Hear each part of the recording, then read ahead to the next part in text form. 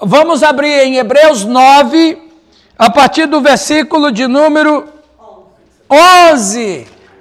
Hebreus 9, 11. Vamos ler ali em nome de Jesus, irmãos e irmãs. O sacrifício de Cristo não se repete, é perfeito e eficaz. Quando, porém, veio Cristo como sumo sacerdote dos bens já realizados, mediante o maior e mais perfeito tabernáculo, não feito por mãos, quer dizer, não desta criação, não por meio de sangues de bodes e de bezerros, mas pelo seu próprio sangue, entrou nos santos dos santos uma vez por todas, tendo obtido eterna redenção. Portanto, se o sangue de bodes e de touros e a cinza de uma novilha, aspergidos sobre os contaminados, os santificam, quanto à purificação da carne, muito mais o sangue de Cristo, que pelo Espírito eterno a si mesmo se ofereceu sem mácula a Deus, purificará nossa consciência de obras mortas, para servirmos ao Deus vivo. Um Deus vivo tem que ter um povo vivo, não é verdade? Um Deus vivo não pode ter um povo morto. Morto, como eu falei ali ontem, morto é que não está com Jesus. Quem está com Jesus deve viver. Deus é Deus dos vivos e não dos mortos. Por isso que os mortos espirituais não têm nada com Deus. Por isso que eles pedem para a gente orar por eles, porque eles estão mortos, eles não têm como orar para Deus, né? E nós devemos orar por eles mesmo. Por isso mesmo, ele é o mediador da nova aliança, a fim de que, intervindo a morte para a remissão da transgressão que havia sob a primeira aliança, recebam a promessa da eterna herança aqueles que têm sido chamados. Porque onde há testamento é necessário que intervenha a morte do testador.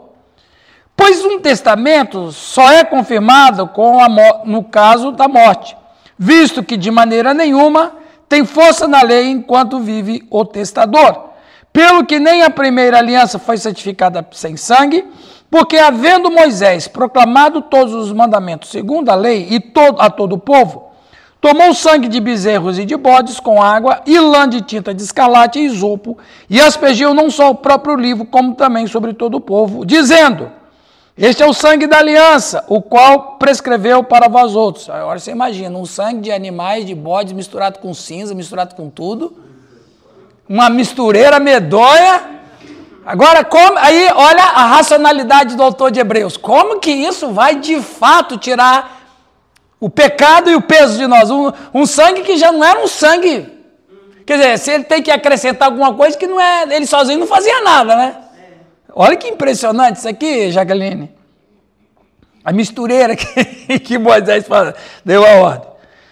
Igualmente também aspergiu com sangue o tabernáculo e todos os utensílios do serviço sagrado.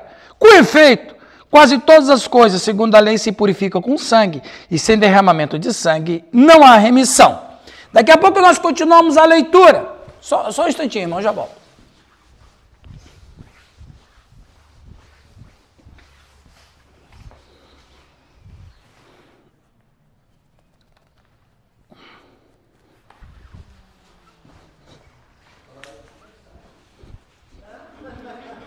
Muito bem, ó, nem deu tempo de vocês conversarem, olha lá, hein? O Calixto já estava querendo bagunceiro, querendo tumultuar a sala. O Nilton é feroz. Muito bem. A obra de Cristo é completamente suficiente para nos dar a redenção eterna, de uma vez por todas, além de nos dar a consciência purificada à medida que nos aproximamos dele conforme necessário. Essa experiência diária de andar em comunhão com Deus é o que nos permite viver uma vida transformada por meio do poder da ressurreição de Jesus. O que vocês estão vendo nessa imagem?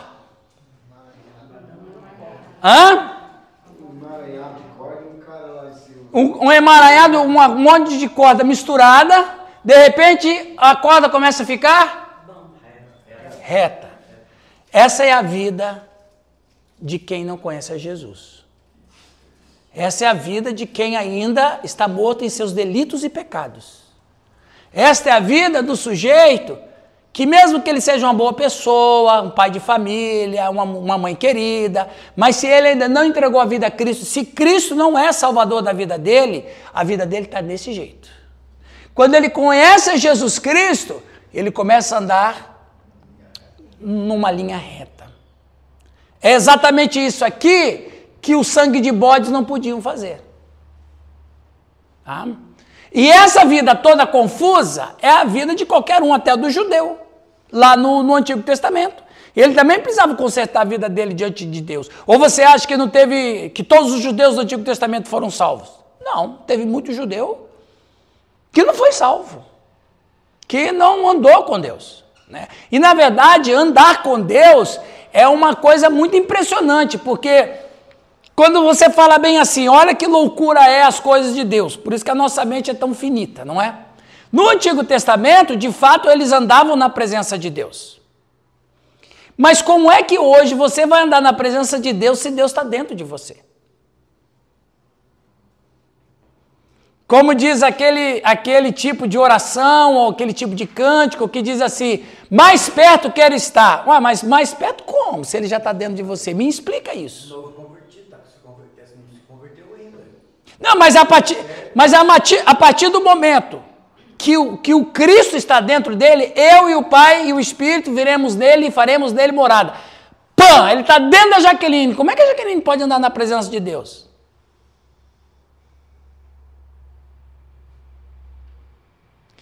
Isso significa que uma coisa é andar na presença de Deus, a outra coisa é andar junto com Deus. O que é mais fácil? O que é mais complexo? Você andar na presença de Deus ou você andar junto de Deus? É mais difícil andar junto com Deus. Tudo que é força de expressão da gente. É força de expressão. Damos Espírito Santo para fazer. Pois ele está aqui, está dentro da igreja, não das paredes, das pessoas. Então, quando a gente fala, na verdade, o Newton usou uma palavra que é verdade, é força de expressão. Porque nós pegamos muita coisa do Antigo Testamento e trazemos para a vida cristã, e que se você pensar um pouco, você vê que não combina. Por exemplo, vida no altar, andar na presença de Deus,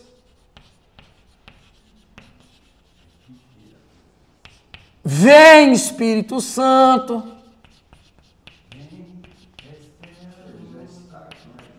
Então, você para pensar assim, Raquel, como a vida cristã em Jesus Cristo é dinâmica. Então, é muito mais complexo o Senhor andar comigo do que eu andar na presença de Deus. É uma coisa que só Enoque sabia o que era. O que diz lá em Gênesis capítulo 5? Andou Enoque com Deus. Então, Deus tomou Enoque para si. Então, a gente pega esse andar na presença de Deus, anda em minha... Você não vê essa repetição no Novo Testamento. Você não vai ver isso. Vida no altar. Não existe vida no altar. O que existe hoje é altar na vida. A sua vida é um altar. Mas a gente pega essas coisas do Antigo Testamento, que é bonito. Não é bonito andar na presença de Deus. É bonito cantar, é bonito dizer, é bonito testemunhar, mas ele já está dentro do pastor Marcos. Então, não é que ele anda na presença de Deus, é que Deus anda junto dele. É um relacionamento mais do que... É um profundérrimo. Então, quer dizer, quando Deus disse para Abraão, anda em minha presença e ser perfeito, o que Deus diz para nós hoje? Eu vou andar com você para você ser perfeito. Por isso que o cristão, ele deve ter a vida dessa perspectiva aqui. Essa perspectiva é... Agora, irmãos, pelo amor de Deus, tá? Pode ensinar o povo para eles andar na presença de Deus, que você não vai tirar isso da cabeça deles. E se você tentar tirar, vai bugar a cabeça dos caras. Eu estou falando porque nós estamos numa academia. Então, numa academia, a gente trata essas coisas que eu sei que vocês vão entender. Vai bugar um pouquinho, mas vai entender. Mas tem a vovozinha lá da Asa Leste, não vai entender nunca. Lá do Barreiras da Fruta, Não vai entender nunca. Tem aquela irmãzinha lá, Giovanni, da Casa da Rocha, que não vai entender isso aqui. Não, eu ando na presença de Deus sim, vou andar para sempre. Tá bom, irmãzinha? Continua. A irmãzinha nem sabe, ela nem está mais andando na presença de Deus. Deus está andando junto dela. Por isso que Deus andar com a gente nos torna a nossa santificação uma questão muito mais real. Aí você vê aquela pergunta de Davi: para onde me ausentarei do teu espírito? Se eu subo aos céus, lá estás. Se eu subo à terra, lá estás. Na visão dele era. Na visão cristã não é mais assim. Por quê? Onde eu estiver, não é que Deus vai estar lá. Deus já está comigo e comigo ele está em qualquer canto. Que é muito mais interessante. Quem jamais pensaria num trem desse? Então, se você tivesse perguntasse hoje, vem cá, você quer andar na presença de Deus ou você quer que Deus ande junto com você? E aí a gente põe, Newton, para perguntar, se Deus está andando junto com você, por que caminhos você está andando? É boa pergunta, aliás, boa acréscimo. Você está levando a Deus para onde? Não é Deus que está levando você. É você que está levando Deus. Você está levando Deus para onde? Por caminhos tortuosos? Então, olha que profundidade é a vida cristã. Olha que upgrade que Jesus Cristo trouxe para nós. Então, quando a gente, na verdade, prega, e o Giovanni gosta muito desse tema, o Giovanni gosta, o Calixto, a maioria de nós gostamos disso, né? Mas uns pregam com mais paixão, sobre santificação. Rocha pura. A gente fala tanto, o que é santificação, tia Lu? É o cara que leva a Deus para os caminhos que Deus quer que ele leve. O caminho da misericórdia, da paz, da santidade, da graça. Né? E isso é muito impressionante. Caminho do perdão, da restauração, do amor, do perdão, da graça. Esse é o caminho que Deus quer andar com a gente. Não o caminho do ódio, da vingança, do mundanismo, do materialismo, da revanche. Esse caminho Deus não quer ir. Deus vai falar: se você der um passo a mais, eu vou sair de você. Alex, se você está indo se você está me levando para o caminho da inveja, eu pulo fora agora. Você vai sozinho, eu não vou com você. Você está no caminho de não perdoar, Meira? Eu estou falando, Meira, volta. Não, senhor, eu quero continuar aqui. Meira, não esqueça, eu estou andando com você, Meira. Não, Deus, eu não quero perdoar fulano. Então tá bom, então eu paro aqui. Estou fora. Então, vai para onde você quiser. Eu estou fora. E aí? O que é mais complexo? Mais perto quero estar. Como? Como? É igual aquela história, o Márcio está falando do piá dele, que está jejuando, coisa mais linda. A gente jejua para quê? Não, eu estou jejuando para ficar mais perto de Deus. Meu, está tudo errado então, seu jejum, você está passando fome. Jejum não é para mim estar mais perto de Deus, jejum é para mim poder ver Deus melhor em mim. Jejum é uma operação de catarata na minha alma. Eu estou vendo Deus só quantos por cento? Você tinha?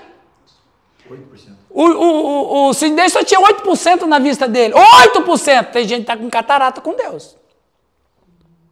Eu não estou vendo muito Deus na minha vida, não. Eu estou vendo apenas um vulto. Eu estou vendo uma cor verde, mas eu acho que me falaram que é azul.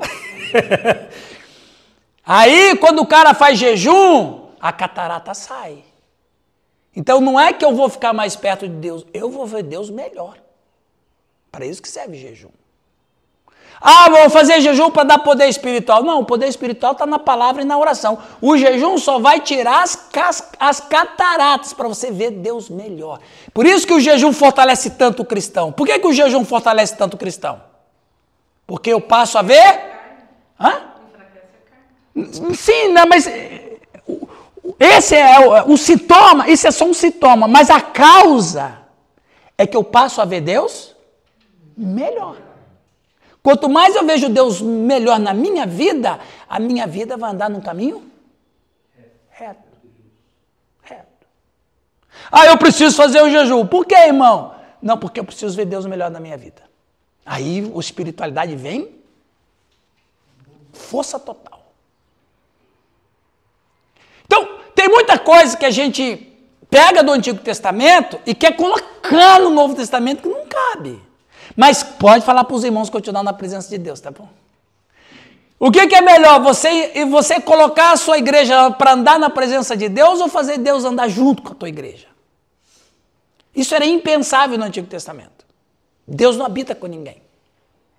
Deus só habita onde? No tabernáculo. É só Deus, Deus só habita lá. Se você quiser saber de Deus, Lucas, você tem que ir lá.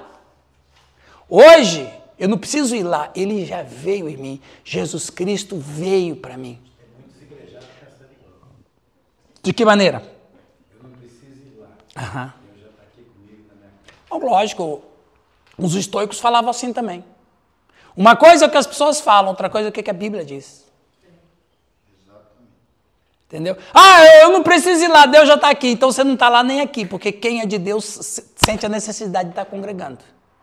Mas essa é uma frase que fala. Claro, rapaz, desculpa, ô Nilton, quando o cara não quer uma coisa, qualquer coisa serve. O fazendeiro chegou pro vizinho e falou assim, irmão, amigo, vizinho, você me empresta seu arado? Aí o cara não queria emprestar o arado.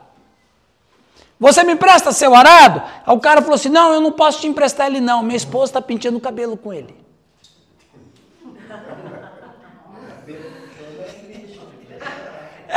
É absurdo? Claro que é, mas quando você não quer uma coisa, qualquer desculpa é uma boa desculpa. Fala. Ó, vocês que falam que o Nilton não trabalha, tá aí, ó. Onde você estava, Nilton? Fala que o Nilton só fica viajando. Olha, ó. Tá. Fala, Nilton. Aí, falando sobre isso, né, sobre Cristo, o mundo vindouro, porque a lição ontem da célula era sobre isso. E aí ela falou assim, mas como que eu posso ir numa igreja sendo que o pastor joga a gente para baixo? Eu falei, você está preocupado com o pastor, é tudo comedor de feijão, esses caras não valem nada, você tem que pensar que você entrar em Cristo, ela regalou um zoião, o pastor está falando mal do pastor. Então as pessoas, elas vão me desculpam. Sim. Vão me desculpar, vão lá porque ele me joga para baixo, porque falou isso de mim, porque não quer mesmo a presença. Não, ele não quer que Deus esteja com eles. Então, eu não preciso ir lá. Então você precisa de que Cristo endireite a tua vida. Ok, irmãos, deu para pegar alguma coisa? Né? São as coisas que... Só a presença que plugou a cabecinha deles e ele está tudo bem. É porque a gente está tão... É uma cultura tão grande que a gente pega, né? É uma cultura muito grande. Mas aquilo que eu falei, deixa o povo pensar, Vânia, deixa o povo pensar que eles estão andando na presença de Deus. Mas você vai fazer eles andar junto com Deus sem que eles percebam. Entendeu? Tem certas coisas que não precisa falar. Continuando, meus irmãos. Todas as cerimônias e sacrifícios do Antigo Testamento apontavam para Cristo. Mas não podiam realmente tirar o pecado. Os pecados que os crentes cometeram no Antigo Testamento foram ignorados. Olha que impressionante. Romanos 3:25, Hebreus 9:15. Mas no final foram pagos integralmente pela morte de Cristo na cruz. João 19:30. Olha que interessante. Alguém leia Romanos 3:25, por favor. Romanos 3:25. Não, ô louco. Romanos 3:25. Eu vou estar aqui, minha fera, né? Ele dá o endereço certinho, né? Não, ele fala para os outros. Não, mas ele fala, quando ele recita, ele fala certinho. Eu vou perguntar para um texto. É verdade. O que diz lá? Romanos 3:25? A quem Deus estabeleceu para ser uma propiciação através da fé no seu sangue, para declarar a sua justiça pela remissão dos pecados que são passados na paciência de Deus. Muito bem, na paciência de Deus. É como se fosse assim, Otília. Ok, eu vou ouvir a Otília, mas meu filho vai fazer o serviço completo. Lá no Antigo Testamento. Ok, eu vou ouvir a Delma. Eu vou ser paciente com a Delma, mas eu sei que meu filho vai fazer o serviço completo. Percebe? Então, Deus não levava em conta nesse sentido. Por isso que Deus aceitava, a Trindade, né? Aceitava um sangue de touros e de bodes misturado com cinza, misturado com um monte de coisa, borrifar sobre as pessoas. E Deus, ok, mas vai chegar um tempo que o meu filho vai fazer a coisa correta. Vai fazer o sacrifício perfeito. E esses que eu estou perdoando agora, estão crendo nisso. E isso que é impressionante. Então, Deus, e é bom explicar isso para a gente entender bem. Então, quem que Deus tinha paciência e qual pecado, e quais pecadores Deus não levava em conta seus pecados? Aqueles pecadores que, de uma maneira rústica, acreditavam no Messias. Então, é como se fosse assim. Vamos falar em termos, tem alguns aqui que fazem negócios, né? É assim, pastor, Jesus assinou um cheque em branco. O Antigo Testamento era um cheque em branco, que Jesus assinou. Pode vir a conta que for, eu tenho suficiente para pagar a conta. Então, o povo do Antigo Testamento era salvo não pela lei, não pela circuncisão, não por guardar sábado, não por guardar festa, nada disso. Eles eram salvos porque eles olhavam para a cruz, sem saber o que era. Para um Cristo que ia vir. Para o Cristo que viria. E olha que interessante, isso é impressionante, ô Márcio. O cara acreditava numa promessa ainda. Quer dizer, você crê numa promessa, a promessa não chegou. Mas por que eles eram salvos? Mais do que acreditar nessa promessa em si, é acreditar em quem fez a promessa. Vamos falar da serpente do deserto? O povo mordia, era picado pelas serpentes, aí Deus mandou Moisés fazer o quê? Uma serpente de bronze. Serpente. Agora que interessante, né? Eles levaram bronze com eles, porque como é que eles iam fazer serpente de bronze sem ter bronze no deserto? Então eles levavam, né? Levaram, na verdade. Como é que era o nome dessa serpente? Neustã. Depois ela vira uma... É? 800 anos depois,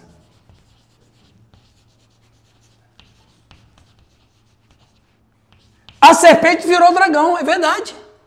Porque o povo começou a adorar o Josias, charado teu filho, né? O Josias destruiu. Que dó, cara. O povo, né, rapaz? Imagina que obra de arte histórica seria ter essa serpente de Moisés lá, cara. Poderia estar até hoje. O Josias destrói porque o povo estava adorando. Mas aí Jesus vai dizer para o Nicodemos, assim como Moisés levantou a serpente no deserto, assim importa que o Filho do Homem seja levantado. Mas lá no deserto, olhar a serpente não curava. Olhar para a serpente não curava. Ele tinha que olhar para a serpente para se lembrar de quem fez a promessa. Então, a questão não era a serpente, a questão era quem deu a ordem. O que ela representava. E o que ela representava. A questão ali é quem deu a ordem. É alguém fiel. Então, todo mundo que olhava para a serpente, não olhava para a serpente como objeto, mas olhava para a serpente como lembrança de quem foi que fez a promessa. E quem fez a promessa é fiel. Então, eles criam na promessa que Deus tinha feito, Então, eles acreditavam nessa promessa. E promessa, você sabe. Nós é que temos problema com as nossas promessas. Você, por exemplo, teve um pastor que eu convidei para estar aqui hoje, ele me prometeu estar aqui. Ele me prometeu estar aqui. Ele não veio. Mas ele falhou comigo? Não. Porque para a gente cumprir uma promessa, você depende de circunstâncias. Você pode fazer uma promessa, mas você não pode garantir que você vai cumpri-la. Por uma série de situações. Eu prometi ir, mas minha esposa ficou doente.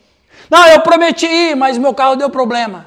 Não, eu prometi ir, mas chegou uma pessoa precisando de expulsar um demônio. Não, eu prometi ir, mas eu acordei gripado, eu acordei fraco, eu acordei com dengue. Então o problema não é ele não cumprir. O problema é que para ele cumprir a promessa, depende de muita coisa. Depende de circunstância. A Bíblia não diz em Eclesiastes, tudo depende do tempo e do acaso. Então, agora, dentro de uma normalidade, eu cumpro minhas promessas. Se nada me atrapalhar, eu cumpro minhas promessas. Mas Deus não tem nada que o atrapalhe. Por isso que a promessa dele é confiável. O Lucas pode me prometer uma coisa, eu vou acreditar no Lucas, mas não vou confiar. 100%, porque depende de circunstância. Nós prometemos coisas às pessoas, mas depende de circunstâncias. Beira, eu prometi para você que no dia do aniversário do nosso casamento, a gente ia passar um final de semana no resort. Mas aí o carro deu problema, infelizmente. É assim a vida da gente. Viu? Já estou livrando a tua... Já estou livrando, viu? Já estou livrando, hein? Então, a gente se compromete com as pessoas. Por exemplo, vai ter um grande encontro com Deus aqui nos dias 13, 14 e 15 de junho. E o céu vai se abrir. Os céus vão se abrir, o chão vai tremer. A Asa Leste estará aqui, enxertada com a casa na rocha. 20 vagas. 20 vagas. Vai ser uma bênção. Vai ou não vai? Vai ou não vai? Vai. Depende. Depende. Pegadinha do malandro. Você não estava aqui na água. Você saiu para matar a aula? Você é aquele aluno que fala, professor, passa do banheiro e vai lá e vai ver os piás jogando lá no pátio lá. Então, eu sei como é que é esse golpe, viu? Você não estava aqui. Tá com cheiro de café. Aqui, Giovanni, nós falamos que tudo que nós prometemos, nem tudo a gente vai cumprir, porque depende de circunstância. Depende de contingência. Gente, não vai dar certo, choveu demais, alagou tudo, enfim, choveu granizo, deu uma intempérie, não vai dar. Quantas vezes eventos são cancelados por circunstância? Acabou a energia. Mas nós temos o quê? A promessa e o compromisso de realizar a coisa. Mas não acontece isso com Deus. Por isso que a gente pode confiar em Deus. Deus não tem imprevisto, Deus não sofre as intempéries, Deus não está sujeito às leis que Ele criou, Ele é soberano, Ele sabe tudo, Ele pode tudo, Ele conhece tudo, por isso que a palavra dEle tem sempre o sim, nada depende de nada, eu vou fazer. Amém. E é por isso que o povo do Antigo Testamento acreditava na promessa, mas mais do que na promessa, acreditava na fidelidade de quem fez a promessa. Por isso que os que morreram no Antigo Testamento tinham que ir para o seio de Abraão, não vai para o céu ainda. E vou falar disso daqui a pouco, mas vou adiantar. Vai que alguém vai sair aqui, né?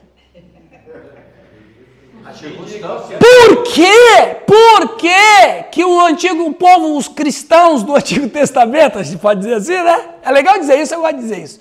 Por que os cristãos do Antigo Testamento não iam para o céu, mas iam para o céu de Abraão? Porque os céus não estavam purificados ainda.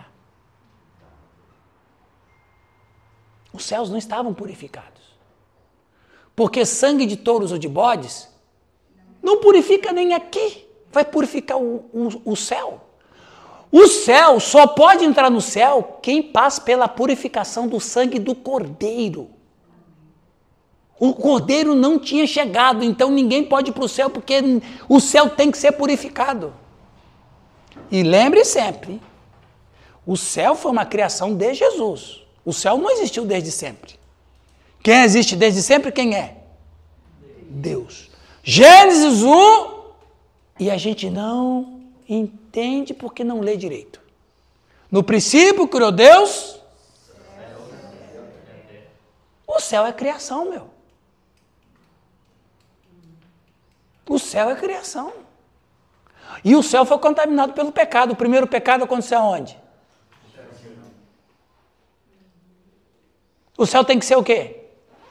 Purificado. Então, quem é do Antigo Testamento não vai para lá. Por quê? Porque o Cordeiro de Deus não veio. Aí o Cordeiro de Deus veio. Aí Jesus disse, João 14, que a gente conhece tanto. O que diz lá? Não, esse é o João 14, desculpa. João 14 diz o quê? Diz assim, não se turbe, crede em Deus, na casa do meu Pai, pois vou. Ele vai preparar como?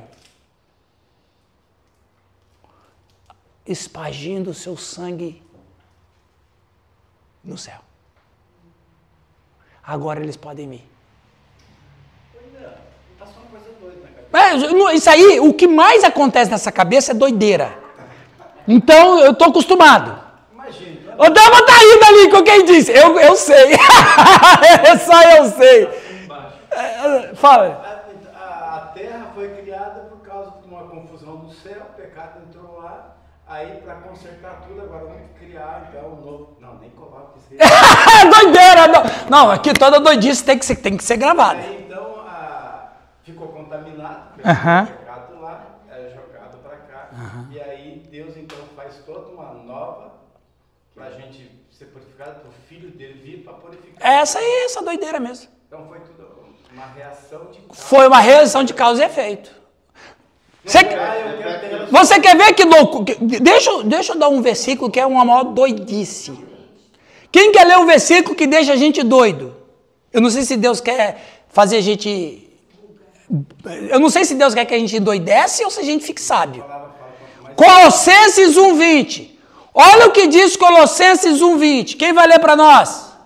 Eu quero uma voz de uma mulher agora, porque eu estou escutando muito homem falar. Já basta eu. Uma voz melíflua. A cubana? A cubana não. A cubana não leu ainda. O microfoninho, Giovanni. O microfone para a cubana. Raquel. Habla espanhol, Raquel.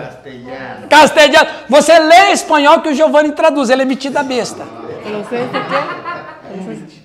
Colossenses 1:20. Olha só que o que o Nilton está falando é isso aí mesmo. E que, havendo feito a paz pelo sangue da sua cruz, por meio dele, reconciliasse consigo mesmo todas as coisas, quer sobre a terra, quer nos céus. Opa! Que o sangue dele reconciliou o quê? Coisas da terra. Então quer dizer que o céu foi abalado pelo pecado, precisava do sangue do Cordeiro lá também. Para os anjos? Não. Para o Lucas chegar lá, um dia que chegar. Para o pai do Lucas, quando chegou lá. O pai do Lucas, quando chegou lá, o céu já estava purificado pelo sangue do Cordeiro. Porque o Cristo reconciliou coisas no céu. O ladrão da cruz, né? Ele estreou, ele bebeu água. Não, ele não estreou não, porque a turma do Antigo Testamento foi junto, né? Deus não ia deixar isso não. Não. E, quando Jesus disse, hoje vai estar comigo no seio de Abraão. Hoje estará comigo no paraíso. Hoje você vai estar comigo no seio de Abraão e você vai comigo depois para um lugar melhor. Que é o paraíso. Né? Que é um paraíso. Mas dentro da nomenclatura, o paraíso era um lugar intermediário, mas não era um lugar de fato para ser. tinha um lugar melhor do que o paraíso. Porque mesmo que o paraíso, o seio de Abraão, era um lugar maravilhoso, de acordo com Lucas, melhor ainda é estar contemplando a face do Criador. Qual o melhor? Percebe? Então, o Cordeiro vai reconciliar coisas no céu. E como, Newton, lembra, o céu é uma criação. Todo lugar criado foi abalado pelo pecado. O diabo, na sua rebelião, contaminou o céu. O homem, com sua rebelião, contaminou a terra. Céu e terra estão contaminados. Céu e terra, alvos de criação. O Filho de Deus morreu na cruz e com o seu sangue venceu todos os pecados da terra e do céu. Não é interessante? Foi sacrificado os dinossauros, por causa de tudo. Exatamente. Ok, está ficando claro para vocês aí essa questão, meus irmãos? Sobre essa questão de ser salvo, né? Continuando. Depois nós desata lá. Depois desata, né? Nós vamos falar sobre isso daqui a pouquinho. Quando Deus fez uma aliança com Abraão, os animais também foram mortos para ratificar a aliança. Noé ofereceu um sacrifício a Deus quando Deus fez uma aliança com ele. Deus também matou um animal para fazer roupas para Adão e Eva, depois que eles caíram em pecado. Por que o sangue é tão importante na Bíblia? Porque o sangue representa a vida. Não, exatamente. Se você visse um animal, se você visse um sacrifício de animal, seria uma experiência repugnante, é ou não é? Uma coisa é matar um animal para comer. Ninguém tem pena de pescar um peixe no rio ou no mar. Eu vou matar para comer. Vou matar para sobrevivência. Agora, matar sem que haja uma necessidade física é horrível. O que esse animal tem a ver com o que eu fiz? Na verdade, também funcionava essa questão de sacrificar um animal, funcionava para atingir a consciência. É como se fosse assim, Calixto. É como se Deus falasse assim, Calixto, para você lá no Antigo Testamento. Você não gostou, né, Calixto, de ver um animal morrer por sua causa, né? Você achou muito cruel, não foi? Pois é. Evite pecar, para que você não sofra na consciência de novo. Exata, percebe a jogada psicológica que Deus fazia também? Um animal que não tem nada a ver com você. Ele está morrendo, você é culpado da morte dele. Isso aqui... Ele está... Você que está matando. É você que está matando. Como que eu estou matando, Deus? Seus pecados estão matando esse animal. Meu Deus. Cuidado, viu? Antes de pecar, pense num animal que vai morrer de novo. Pô, cara. Como que isso não atinge a consciência do cara? E agora, cada vez que você paga, está matando o Cristo. Aí o pior chega. Meu filho. E daí, você fala assim, não, mas a morte de Cristo foi injusta. Foi mesmo. Por isso que quando eu me constranger com a morte do Cristo, eu devo pensar 2, 3, 4 vezes antes de cometer um pecado. Injusto, mas necessário. Injusto, mas necessário. É interessante dentro disso que tu está falando, Hebreus 10, 26 fala sobre isso, né? Ele nos dá uma visão, um vislumbre disso. Um vislumbre. Pode ler. Ele diz assim, porque se vivermos deliberadamente em pecado, depois de termos recebido o pleno conhecimento da verdade, já não resta sacrifício pelos pecados. Pelo contrário, certa expectação horrível de juízo e fogo vingador, prestes a consumir os adversários. Sem misericórdia, morre pelo depoimento de 2 ou 3 testemunhas quem tiver rejeitado a lei de Moisés. Aí, principalmente o 29, tem a ver com isso que você está falando. De quanto mais severo castigo julgais vós, será considerado digno aquele que calcou ou pisoteou aos pés o Filho de Deus e profanou o sangue da aliança, com o qual foi santificado e ultrajou, em outras versões, violou o Espírito da graça. Ora, nós conhecemos aquele que disse, a mim pertence a vingança, eu retribuirei. E outra vez, o Senhor julgará o seu povo. Horrível coisa é cair nas mãos do Deus vivo. E ele está falando isso exclusivamente para os futuros apóstatas. Hebreus 10, 26. É como se ele estivesse falando, ó, depois do que o Cristo fez por vocês. Olha, irmãos, é por isso que tanto o desviado quanto o apóstata se morrem nessa condição. É essa fala de Hebreus. Horrível coisa, porque o sacrifício foi cruento, sanguinolento, injusto, como disse o Sidney, mas necessário, e você desprezou essa oferta. Ele usa 3 ilustrações, né? Sim. Pisoteou o Filho de Deus, cuspiu no sangue da aliança, o sangue de Jesus, e violentou o Espírito da graça, que é o Espírito Santo. Que é o Espírito Santo. Olha só que coisa horrenda, o Pai lá do céu enxergando e vendo toda essa cena, que é quando nós vivemos pecando. Pecando deliberadamente. Eu quero Jesus, mas eu não quero deixar isso. Eu quero Jesus, mas eu não quero abandonar esse. Eu quero Jesus, mas eu quero continuar ganhando esse dinheiro do jeito que eu ganho. Percebe? É exatamente.